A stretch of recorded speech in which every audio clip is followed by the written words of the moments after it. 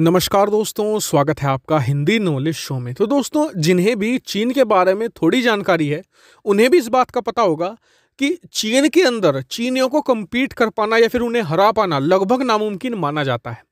कारण इसके दो हैं। पहला तो ये कि एक तो वो सस्ता बनाते हैं चीज़ों को, अपने देश में ही है, और चीनी सरकार उसे प्रमोट भी करती है।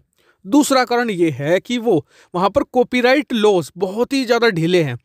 अगर आप कोई चीज़ बड़ी रिसर्च करके बनाते हैं, बड़े सालों की मेहनत करके बनाते हैं और फिर उसे चीन में बेचने जाते हैं, तो चीनी कंपनियां उन्हें एग्जैक्ट कॉपी बनाकर बेच सकती है।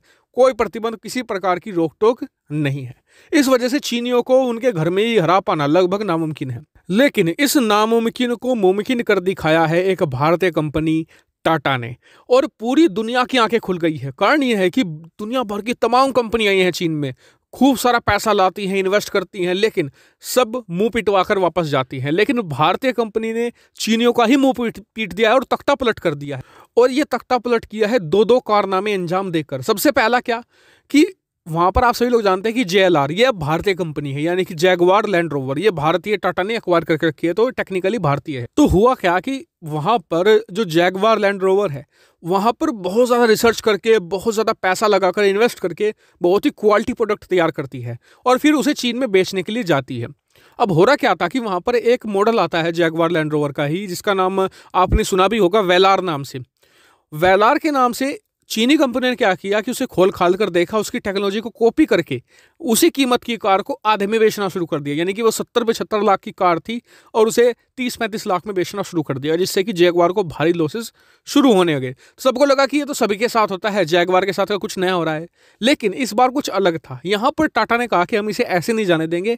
सारी चीनी कंपनियों के खिलाफ केस फाइल कर दिया, और केस इतनी बेहतरीन तरीके से लड़ा कि कानून चीन का, वकील चीन के, और जो जज था वो भी चीनी सरकार का। लेकिन उन्हें मजबूरन अपनी कंपनियों के खिलाफ यहाँ पर वर्डिक्ट देना पड़ा, और टाटा ये बहुत ही ज्यादा बड़ा केस जीत गया। और पिछले कई सालों के इतिहास में पहली बार ऐसा हुआ है कि कोई विदेशी कंपनी चीनी कंपनियों के खिलाफ केस करी है और उसे जीत जाए।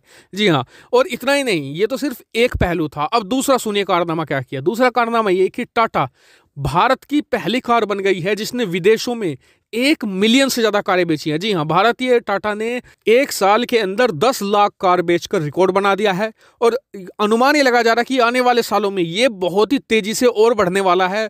और भारतीय टाटा जो दुनिया के टॉप 5 यहाँ पर कार एक्सपोर्टर्स हैं उनमें शामिल हो जाएगी। और सबसे अच्छी बात ये कि भारतीय टाटा जो चीन के अंदर बहुत तेजी से पैर जमा रही है। जिस तरीके से अफ्रीका के अंदर अब से 3-4 साल पहले चीन की करीबन 108 से भी ज्यादा कंपनियां काम करती थी, लेकिन क्या आपको पता है कि आज की तारीख में भारतीय TVS और बजाज ने इतना जबरदस्त मार्केट कैप्चर किया है कि चीनी कंपनियां बैंकरप्ट हो गई हैं, वापस भाग गई हैं चीन। अब पूरे अफ्रीका कॉन्टिनेंट पर भारतीय दुपहिया वाहन निर्माता TVS और बजाज का ही कब्जा है। ठीक उसी तरीके से चीन के अंदर टाटा अब मेगा एक्सपेंशन की तैयारी कर रही है, ताकि चीन के अंदर चीनी कंपनियों को ही जोरदार टक्कर दी जा सके। और सबसे मजेदार बात यह है कि अब से 3-4 साल पहले चीनी कम्युनिस्ट पार्टी ने जो प्लान बनाया था कि भारतीय मार्केट को पूरी तरीके से कब्जा किया जा सके, अब उसे अपना मार्केट बचाना ही भारी पड़ने वाला है। और इसका सिर्फ और सिर्फ एक ही रीजन है, क्वालिटी। भारतीय कंपनियां भले ही चीज़ें कम बनाती हो, मतलब कि ज़्यादा महंगी होती हो, लेकिन क्वालिटी सुपर्ब होती है। यही कारण है कि